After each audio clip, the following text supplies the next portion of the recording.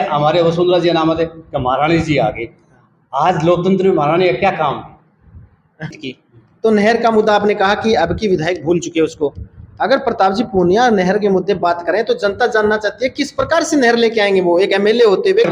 आज नगर पालिका में हालात इतने दयनीय है, लोगों से सुनता हूं मैं, आप जाओगे तो बगैर काम कुछ नगर पालिका वार्ड नंबर कोई से भी वार्ड में चले जाओ, सब जगह गली खुदी हुई है, न उसमें पानी आ रहा है। पुरानी वाली लाइन थी उसमें पानी आता था, आज उसमें पानी भी नहीं आ रहा है।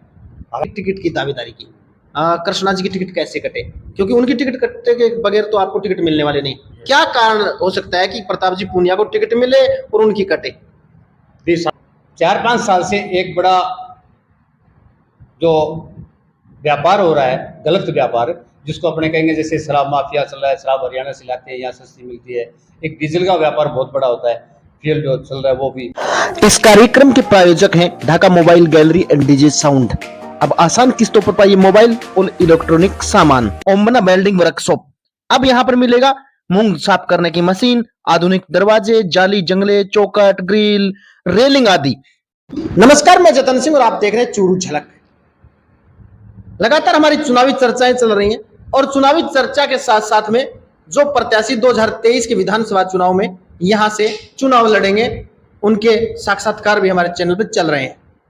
लगातार आप देख रहे हैं पिछले कुछ दिनों से जो भी नए चेहरे हैं उनके साक्षात्कार हैं वो आपके बीच में हम लेके आ रहे हैं। उनके क्या मुद्दे रहेंगे, क्यों वो विधानसभा चुनाव लड़ रहे हैं।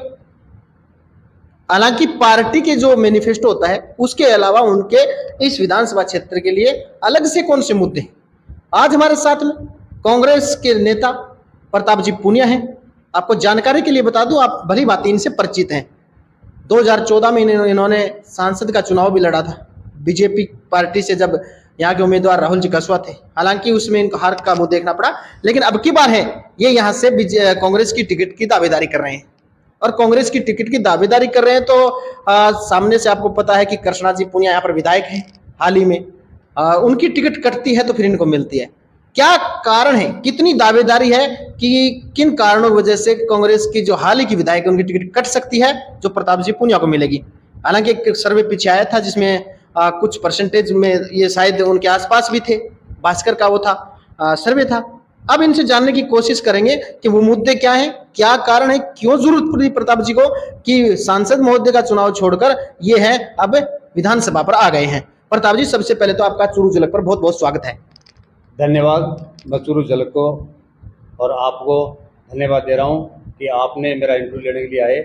और मैं आपको बता दूं जो मुद्दे हैं, मैं चुनाव लड़ना चाह रहा हूँ। मैं एक क्वेश्चन है मेरा सिर्फ मुद्दे हैं आपके विधानसभा क्षेत्र को। यहाँ पर हर विधानसभा की मैं बात करूं तो अलग अलग प्रकार के मुद्दे रहते हैं, क्योंकि पार्टी जब ऊपर से मैनिफेस्टो जारी करती है 5 वर्षीय योजना के लिए, उसके अलावा वहाँ के लोकल नेता के अलग से मुद्दे होते हैं, उनके बारे में चर्चा करेंगे। सबसे पहले तो मुझे ये बताइए कि सांसद का चुनाव आपने लड़ा, उसको छोड़कर अब की बार विधानसभा का चुनाव लड़ने की क्यों जरूरत पड़ी आपको? देखो, ये पार्टी हाईकमान तय करेंगे, ये मैं विधानसभा लड़ूँ लोकसभा लड़ूँ। मेरी इच्छा है कि मैं सादुलपुर विधानसभा से कांग्रेस पार्टी से टिकट लेकर चुनाव लड़ूँ। और यही मैं 2 साल से यहाँ कंटिन्यू गाँव में जा रहा हूँ। राजस्थान सरकार की जो हमारे मुख्यमंत्री अशोक गहलोत जी, उनकी जन कल्याणकारी योजना है, उनके बारे में गाँव में जाकर चर्चा करते हैं, चौपाल पे बैठते हैं, बात करते हैं। आज हमारी सरकार ने सबसे पहला काम किया हेल्थ, स्वास्थ्य के लिए। जो हिंदुस्तान में अशोक गहलोत जी का नाम है, उसमें उन्होंने 25 लाख की इंश्योरेंस करवाई एक आदमी की। आप घर में कोई आदमी बीमार हो जाता है तो हमारे पहले तो जाने के लिए तकलीफ होती थी भी, कहाँ जाएगा, कहाँ इलाज कराएगा। जैसे राजगढ़ विधानसभा क्षेत्र है वो हरियाणा टच में है, इसके पास हमारे हरियाणा टच में होने से हिसार हमारे पास बड़ा हॉस्पिटल होता है। लेकिन अब मुख्यमंत्री जी ने हर जिले वाइज मेडिकल कॉलेज खोल दिए और राजस्थान में कई जगह गवर्नमेंट हॉस्पिटल खोल दिए। जैसे यहाँ ट्रॉमा सेंटर खोल दिया, PSC थी उनको CHC बना दी, सिद्धमुख में CHC खोल दी। तो आज जो सुविधा स्वास्थ्य का जो काम चल रहा है वो सबसे बड़ा है। दूसरा कारण था हमारे अशोक गहलोत जी ने OPS जो कर्मचारियों की पेंशन के लिए, जो 2004 में हमारे देश के प्रधानमंत्री थे अटल बिहारी वाजपेयी जी, उन्होंने ये देश के सभी कर्मचारियों के ओल्ड पेंशन बंद करके गए थे। हमारे देश में पहला मुख्यमंत्री था अशोक गहलोत जी जिन्होंने ये पेंशन चालू की। आज हमारी सरकार हिमाचल में है, कर्नाटक में है, छत्तीसगढ़ में, वहाँ भी हमने शुरू कर रखी है पेंसिल। और आपने बड़ी अच्छी सी बात कही। मैं तो ये पूछना चाहता हूँ कि आप अगर यहाँ से दावेदारी कर रहे हैं फिलहाल विधानसभा चुनाव की लड़ने की, सुनने में आ रहा है, चर्चा में आ रहा है, गाँव के दौरे आपके हम देख रहे हैं कि जिस प्रकार से गाँव के दौरे हैं, तो कहीं न कहीं ये लग रहा है कि आप विधानसभा चुनाव में लड़ रहे हैं। तो आपके सामने चुनौती है यहाँ की टिकट की दावेदारी की। कृष्णा जी की टिकट कैसे कटे, क्योंकि उनकी टिकट कटने के बगैर तो आपको टिकट मिलने वाले नहीं। क्या कारण हो सकता है कि प्रताप जी पूनिया को टिकट मिले और उनकी कटे? ये सादुलपुर विधानसभा में मैं गांव में घूम गया, यहाँ 2-3 चीज़ बड़ी टिपिकल है। पहला काम है, यहाँ पे हमारे सिद्धमुख नहर का प्रोग्राम था। आज हमारी विधायिका है, वो पहला काम उसने कहा मैं सिद्धमुख नहर बनाऊंगी और पानी लेके आऊंगी सादुलपुर विधानसभा के लिए, उसने ये काम नहीं किया। और दूसरा है, यहाँ भ्रष्टाचार का बहुत बड़ा बोलबाला है। सादुलपुर विधानसभा में भ्रष्टाचार का बहुत बड़ा बोलबाला है। तीसरा मुद्दा यहाँ एक बड़ा मेजर है, हर आदमी हर गांव में ढाणी में चले जाना। 1965 के बाद हमारे देश में, हमारे राजस्थान प्रदेश में पंचायतों में कहीं भी आबादी नहीं घटी है। और आबादी का सबसे बड़ा मुद्दा एक कारण है कि उसमें गरीब भी रहता है, अमीर भी रहता है। और हमारे यहाँ राजस्थान में गोचर भूमि, स्वायत्त भूमि और नदियों नालों की ज़मीन है। उसमें सुप्रीम कोर्ट से फैसला आया कि गोचर भूमि में कोई बसावट नहीं हो सकती, लेकिन कई बार कमियां रह जाती है। जैसे APL है, BPL है, गांव में गवर्नमेंट ने उसको मकान बनाने के लिए पैसे दिए, तो हमने आबादी कटाई बगैर ही गोचर भूमि मकान बना दिए। आज इस चीज़ की बहुत बड़ी ज़रूरत है। मैंने भी मुख्यमंत्री जी को और रेवेन्यू मंत्री जी को लिख दिया था कि गाँव में आबादी का सबसे बड़ा मुद्दा हो रहा है। एक आदमी के लिए भी बड़ी मुश्किल का काम है, और कलेक्टर कहता है भी मैं ये चीज़ नहीं कर सकता। ये चीज़ हमारी सरकार कर सकती है, करना चाहे तो।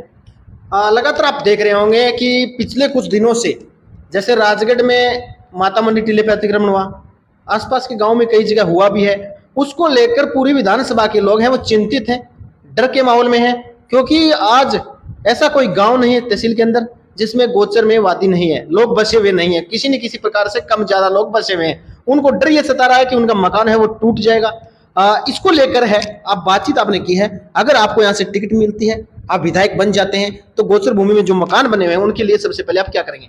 मैं उनके लिए गवर्नमेंट का, हमारी सरकार बने, हमारा मुख्यमंत्री अशोक गहलोत जी बनेंगे, तो हम एक मंत्रिमंडल में फैसला पास कराएंगे कि हर आदमी को जमीन दी जाए बसने के लिए। और उसके अंदर एक ये तय किया जाएगा कि गाँव के अंदर जो जमीन आती है उस जमीन में चाहे आपके किसान से ले या गवर्नमेंट अपने हिसाब से हर आदमी को बसने के लिए जमीन उपलब्ध कराएंगे। ये आपका मुख्य मुद्दा रहा। अब नहर वाले मुद्दे पे आपने चर्चा की थी कि विधायक जी उसको भूल गई, ये 2018 के मैनिफेस्टो में था क्या उनके कि 2000 जो हम नहर बनाएंगे? ये मैं आप जैसे चैनल से सुना था, गांव में जाता हूँ, चर्चा होती है, वहाँ पे लोग कहते हैं कि भी कृष्णा पूनिया ने हमारे यहाँ पानी का बहुत बड़ा मुद्दा रखा था। गांव में गए तो गांव में बोले मैं घर घर टूंटी लगाऊंगी और सिद्धमुख नहर के वो गांव में पानी लेके आऊँगी और विधानसभा क्षेत्र में मैं करूँ। मैं गांव में गया तो मैं एक आपको बताता हूँ, JJM है, जल जीवन मिशन जी, गवर्नमेंट की, सेंट्रल गवर्नमेंट की और राजस्थान गवर्नमेंट दोनों की साथ स्कीम है। आज वो स्कीम इतनी बढ़िया स्कीम है कि हमारी सरकार ने यह कहा था घर घर में पानी मिलेगा, हर आदमी को पानी मिलेगा। उसका सैंक्शन हो गया, सारा काम हो गया, लेकिन गांव में आज तक उस गांव में पानी नहीं मिला। क्यों? कहीं तो उसका अलाइनमेंट सही नहीं है, कहीं पे टंकी उन्होंने सही नहीं बनाई जिससे पानी गांव में पहुंच सके। पाइपलाइन ऐसी डलवाई, हर गांव में हर गली में ऐसी हालत है कि आदमी पैदल भी नहीं चल सकता। मैं आपको एक उदाहरण देता हूँ नगर पालिका का। नगर पालिका वार्ड नंबर कोई से भी वार्ड में चले जाओ, सब जगह गली खुदी हुई है, न उसमें पानी आ रहा है। पुरानी वाली लाइन थी उसमें पानी आता था, आज उसमें पानी भी नहीं आ रहा है। हालात ये हो रहे हैं। ये प्रशासन की कमी मान लो, चाहे हमारे जनप्रतिनिधि की कमी मान लो, किसी की मान लो। आप क्या देखते हैं इसमें सबसे बड़ा जिम्मेदार कौन हो सकता है? क्योंकि कई बार विपक्ष ये भी आरोप लगाता रहा है कि इसमें कहीं ना कहीं यहाँ की जो शासन है, यहाँ का जो सरकारी नुमाइंदे हैं, उनको कहीं ना कहीं वो पार्टीबाजी के हिसाब से काम हुआ है गाँव के अंदर। क्या लगता है आपको? दोनों बातें, पार्टीबाजी भी साहब हुआ, खुद के हिसाब से किया है, लेकिन काम अच्छा नहीं हुआ। काम अच्छा नहीं हुआ। और मैं बात करूं आपको कि इसके अलावा जैसे चिरंजीवी योजना की आपने जिक्र किया कि हरियाणा में, हिसार में, जैसे यहाँ पर कोई ज़्यादा अगर बीमार हो जाता है तो उसको बीकानेर, जयपुर रेफर किया जाता है। ये भी समय समय पे जिक्र चलता है, लोग मांग करते हैं कि जो चिरंजीवी योजना है उसको कहीं ना कहीं हरियाणा के हॉस्पिटल में भी लागू किया जाए। तो इस मुद्दे पे कुछ आप करना चाहेंगे? मैं आपकी बात का बिल्कुल सही जवाब देना चाह रहा हूँ। आपने सही क्वेश्चन किया है।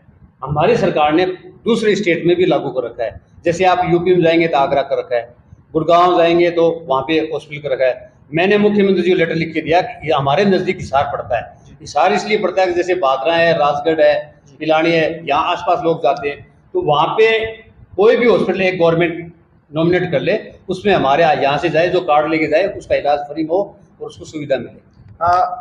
आगे कुछ चर्चा करने से पहले मैं आपसे कुछ पूछना चाहूंगा। मेरे दर्शक है, जो नए दर्शक जुड़े हैं, जो लोग आज के युवा हैं, वो शायद आपकी राजनीतिक बैकग्राउंड के बारे में नहीं जानते। आपकी फैमिली बैकग्राउंड राजनीतिक में था या नहीं था, कुछ बताइए। मैं आपको बहुत पीछे लेके जाता हूँ। हाँ।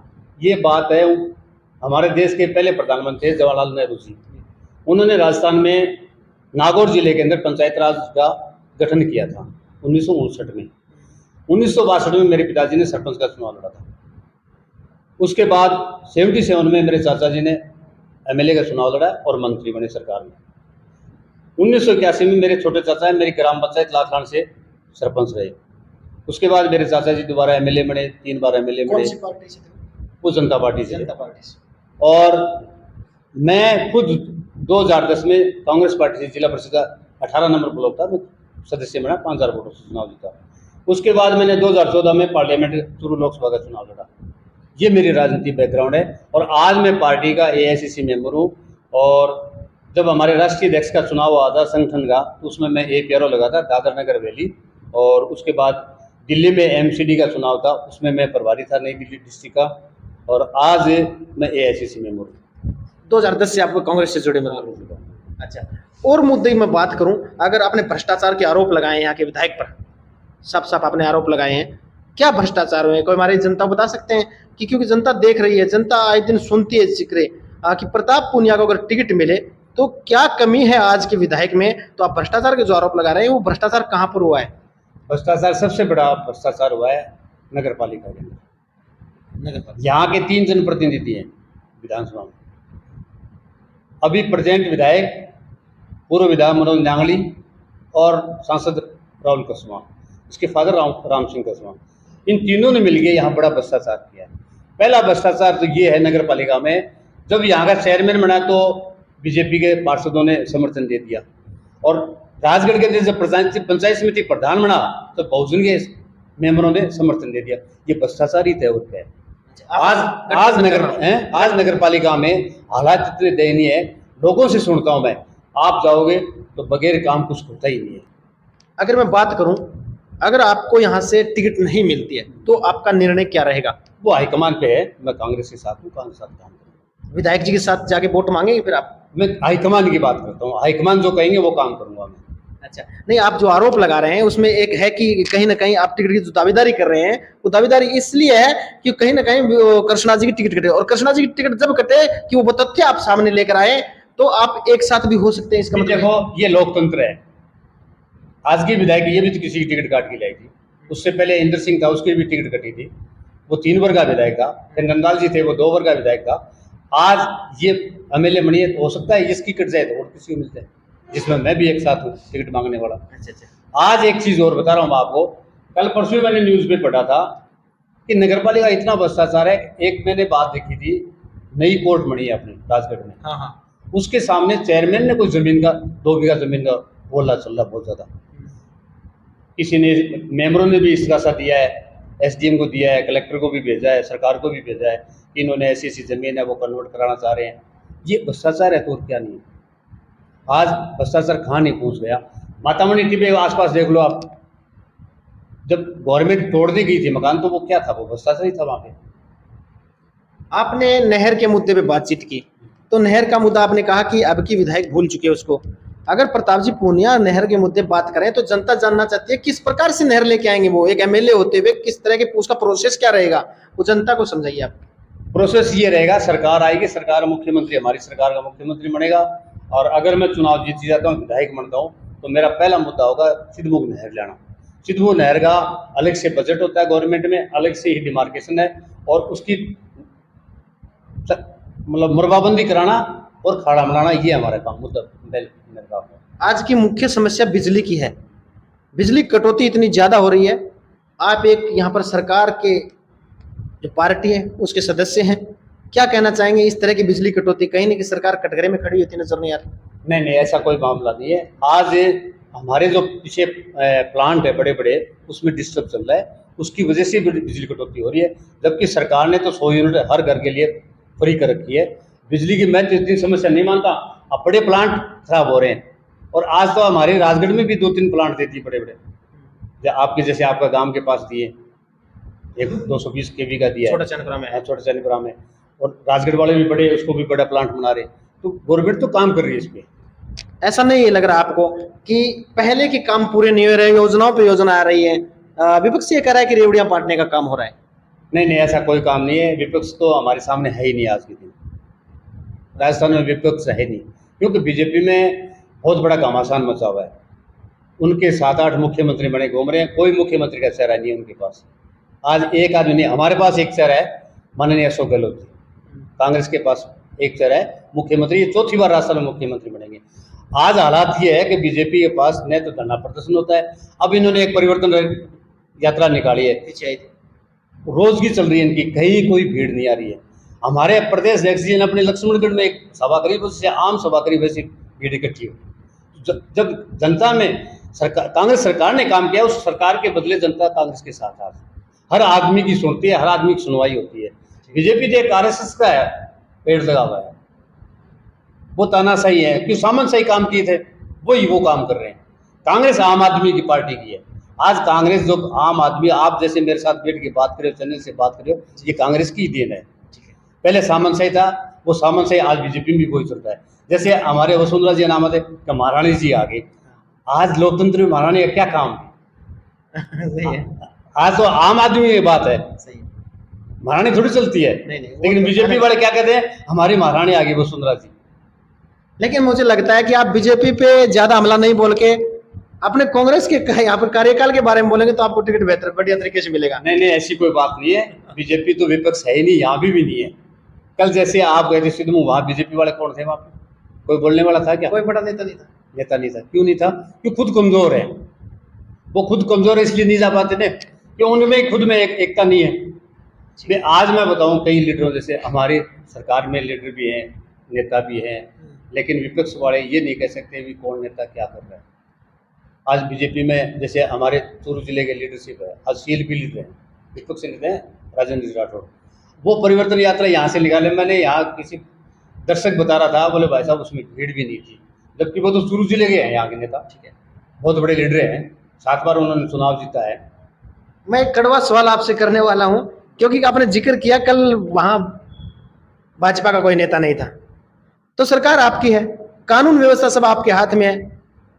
एक प्रधानाचार्य पर छेड़छाड़ के आरोप लगते हैं, वीडियो फुटेज होते हैं, आरोपी सामने बैठा होता है, पुलिस के हाथ कंपा रहे होते हैं उसको गिरफ्तार करने में, क्या कारण है? नहीं, उसको सस्पेंड कर दिया। सस्पेंड कर दिया 7 बजे किया शाम को, उसको सस्पेंड कर दिया। वो प्रक्रिया होती है सरकार की, सस्पेंड किया। DO आया, शिक्षा विभाग हुआ, यहाँ से DSP, एडिशनल SP, इंचार्ज साहब, SDM साहब सब गए, सब ने जाके देखा, उसको वो घिनौना अपराध था। मैं तो कहता हूँ उसको सस्पेंड किया, उसको अपराध को उसको माफ़ नहीं करना चाहिए, उसको सजा मिलनी चाहिए। आगे भी हमारी बहन बेटियां, बच्चियां पढ़ती हैं, उनकी सुरक्षा बनी रहे। मेरे चैनल का मुख्य उद्देश्य है किसान की आवाज उठाना। मेरा ये सवाल है कि प्रताप जी पुनिया अगर विधायक बन गए तो ये किसान जो सड़कों पर बैठे रहते हैं, ये किसान जो हर वर्ष कड़ी धूप में, बारिश में, ठिठुरती सर्दी के अंदर जो आंदोलन करते रहते हैं, उनके लिए अलग से आप क्या करेंगे? हमारे किसान प्रकोष्ठ है, मतलब किसान का अलग है, चेयरमैन मंत्री के बराबर, कैबिनेट मंत्री के बराबर दर्जा होता है, जिसमें किसान की बातें सुनी जाती हैं। आज आप करें, मैं आपको एक जवाब देना चाह रहा हूँ, किसान के लिए हमारी सरकार तत्पर रहती है। आज भी 22 से 25 हज़ार करोड़ रुपए किसान के माफ किए हैं। 5 दिन पहले भी सबके खातों में पैसे आए थे, उससे पहले भी आए थे। जैसे अभी मीटिंग हुई जयपुर में CM साहब के वहाँ, उसमें क्रॉप कटिंग की कोई बात थी, 2021 का वो मुआवजा बाकी था, वो भी अब किसान के आ जाएगा खाते में। उसकी स्टेक के साथ आज मीटिंग होनी है। हाँ, वो भी खाते में किसान के आ जाएंगे। कांग्रेस पार्टी किसान की पार्टी है, आम आदमी की पार्टी है, और किसान के लिए मैं अगर मनूंगा तो मैं किसान का बेटा हूँ, किसान का दुख दर्द जानता हूँ कि किसान के साथ क्या प्रॉब्लम होती है, क्या नहीं होती है, वो सब हम सोचते हैं। जिस तरह से अब किसानों को सड़कों पर बैठना पड़ रहा है, पार्टियां एक दूसरे से पल्ला झाड़ लेते हैं, बीजेपी कहती है कांग्रेस का काम है, कांग्रेस कहती है बीजेपी का काम है, किसान बेचारा अकेला खड़ा रहता है, क्या उनके साथ जब जरूरत पड़ेगी तो प्रताप पूनिया उनके साथ सड़कों पर मिलेंगे? जब मैं विधायक बनूंगा और किसान को सड़क पे आने ही नहीं दूंगा, आने नहीं अगर होगा तो मैं उस किसान के साथ खड़ा मिलूंगा आपको, ये मेरा वादा है। प्रताप जी, अब मेरा एक सवाल हो रहा है कि जब पार्टी टिकट देती है तो जनता की राय भी देखी जाती है, सर्वे भी होते हैं, सब कुछ होता है। आप टिकट की दावेदारी कर रहे हैं, टिकट की दावेदारी वहां से तो पक्की है ही कृष्णा जी की तरफ से, तो क्या फर्क है आप में और कृष्णा जी में कि पार्टी जनता से जब सर्वे कराए तो जनता आपके पक्ष में मत करे?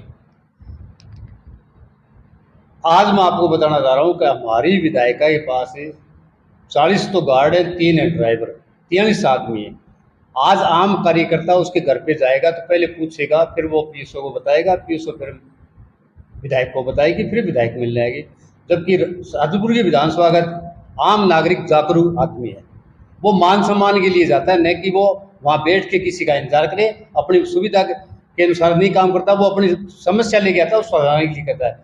मैं एक बात और बताना चाह रहा हूँ, मैं आपको पीछे लेके जाना हूँ, 2014 की बात बताता हूँ कि मैं जब पार्लियामेंट का चुनाव लड़ रहा था तो मेरी एक यहाँ कांग्रेस के कार्यकर्ताओं से गुलाब भवन में मीटिंग थी, राजगढ़ में, और उसमें 13 में कृष्णा पूनिया ने चुनाव लड़ा था, ये 3 नंबर की कैंडिडेट थी वहाँ पे। तो इसके कार्यकर्ताओं ने हमारे पूर्व विधायक आम आदमी के चहेते नंदलाल जी पूनिया, उनके साथ माइक छीना और धक्का मुक्की की इन्होंने। ये आपके सामने की बात? मेरे सामने बात है, और मेरे सामने ये बात हुई तो उसमें होला मच गया। फिर मैंने माफ़ी मांगी नंदलाल जी से, मैंने कहा नंदलाल जी मेरे कारण ये आपके साथ दुर्भावना है, मैं उनको घर जाके कह गया था कि मेरी मीटिंग आप आना, तो इनके आदमियों ने ये काम किया। अब मैं 4-5 दिन पहले इसकी फोटो देखी थी कि ये नंदलाल जी के घर पे उनका हालचाल पूछने जा रही है 9 साल बाद में। ये हमारे विधायक में मेरे में ये फर्क है। मैं आमजन का आदमी हूँ, मेरे पास कोई गार्ड नहीं रहेगी, मैं किसी से डरता क्यों? डरता वो है जो गलत काम करता है। मैं न कोई गलत काम करता, न कोई गलत काम के लिए किसी को कहता। आम आदमी का हूँ, कहीं मिल जाऊंगा, आपको मिल गया वैसे मैं बाहर मिल जाऊँ, कहीं खड़ा मिल जाऊँ। ये आपने डर की बात की, किस चीज का डर है? क्या कारण है उनको डर रखी? डर का कारण ये है कि भी पहली बात तो ये है कि हमारे यहाँ एक सीआई था विष्णुदत्त बिश्नोई, वो बड़ा डेड ऑनेस्ट ईमानदार आदमी था। हमारे सादुलपुर में मतलब भू माफिया, शराब माफिया, रंगदारी बहुत ज़्यादा है, क्योंकि हरियाणा बॉर्डर पे हमारी तहसील है। और उसमें वो सीआई जब यहाँ आया तो उस आदमी ने एक ही बात की भी यहाँ बदमाशी नहीं होगी। उस आदमी ने बहुत बढ़िया काम किया था, लेकिन कोई कारणवश वो आदमी सुसाइड कर गया, और उस सुसाइड में इसको इन्वॉल्व कर गया, नाम लिया नहीं, बता गया, लोगों में ये चर्चा है। उसके बाद उसने अपनी गार्ड बढ़ा ली, और वो आज भी सीबीआई केस चल रहा है, आज सीबीआई में केस चल रहा है उसका। ये उसमें कृष्णा जी को मुलजिम बना रखा उन्होंने, जिस हिसाब से जो कोर्ट में आदेश दिया उसके नाम पे नाम कहीं ना कहीं इफेक्ट डाल सकता है, वो टिकट कटने में डाल सकता है। अच्छा, मेरा एक आखिरी सवाल आपसे है। आखिरी सवाल ये है कि देश के भविष्य युवा, राजगढ़ की युवाओं के लिए प्रताप जी पूनिया ऐसा क्या करेंगे जिससे वो युवा हैं वो आपको कहीं ना कहीं समर्थन दें? मैं आज के युवा को आपके झलक के चैनल से कहना चाहूँगा कि हमारी तहसील, हमारी विधानसभा क्षेत्र सादुलपुर में जब देश आज़ाद नहीं हुआ उस टाइम से एजुकेशन आर्य समाज से चलता था। आज एजुकेशन में हम 1 नंबर पे हैं चूरू जिले में, और यहाँ के युवा बीकानेर, दिल्ली, जयपुर, बेंगलोर सब जगह पढ़ते हैं और अफसर बनते हैं, अधिकारी बनते हैं। लेकिन अभी 4-5 साल से एक बड़ा जो व्यापार हो रहा है, गलत व्यापार जिसको अपने कहेंगे, जैसे शराब माफिया चल रहा है, शराब हरियाणा से लाते हैं, यहाँ सस्ती मिलती है। एक डीजल का व्यापार बहुत बड़ा होता है, फ्यूल जो चल रहा है वो भी। और एक है गंगानगर में जो पंजाब में चल रहा है, उसको सफ़ेद चिट्टा बोलते हैं, वो हमारे बाजरा और राजगढ़ तक में भी आ गया। वो युवाओं के लिए भी खड़ा। मैं तो युवाओं से यही आह्वान करना चाहूँगा कि अगर मैं मरता हूँ तो ये सब चीज़ बंद कर दूंगा, और वो मेरा साथ है, मैं उनके साथ रहूँगा। ये थे प्रताप जी पूनिया, जो 2023 के विधानसभा चुनाव में ताल ठोक रहे हैं, कांग्रेस से टिकट की दावेदारी कर रहे हैं। इनकी दावेदारी आपने देखी, युवाओं के लिए क्या करेंगे, किसानों के लिए क्या करेंगे, ग्रामीण क्षेत्रों में पानी, बिजली, सड़क के लिए क्या करेंगे, अब ये इनकी पार्टी है तय करेगी। हालांकि विधायक कृष्णा पूनिया जी को टिकट मिलती है या इनको टिकट मिलती है दोनों टक्कर में आपस में, क्योंकि एक सर्वे के आधार पर देखा था कि बराबरी का मुकाबला है। वो है लोकप्रियता, राजगढ़ क्षेत्र में मानूं तो बहुत अच्छी लोकप्रियता है। और दूसरी बात एक और बताऊं, यहाँ पर वोट बैंक की, एक पूनिया समाज से भी आते हैं और वोट बैंक है अच्छा खासा है पूनिया समाज का, आप जानते हैं। राजगढ़ तहसील में अगर पूनिया एक तरफा वोट डालते हैं तो पूनिया विजय होते हैं, यहाँ से एमएलए को हटाने वाला उनको है नहीं। तो कहीं ना कहीं इफेक्ट भी इनके साथ में है दूसरे को टिकट देने से। तो ये जो प्रताप जी पूनिया है ये दावेदारी कर रहे हैं और हमारी शुभकामनाएं इनके साथ में है कि इनको टिकट यहाँ से मिले और विधायक भी बने। अगले इंटरव्यू में अगली चुनावी चर्चा जल्दी आपके बीच होगी, तब तक के लिए नमस्कार।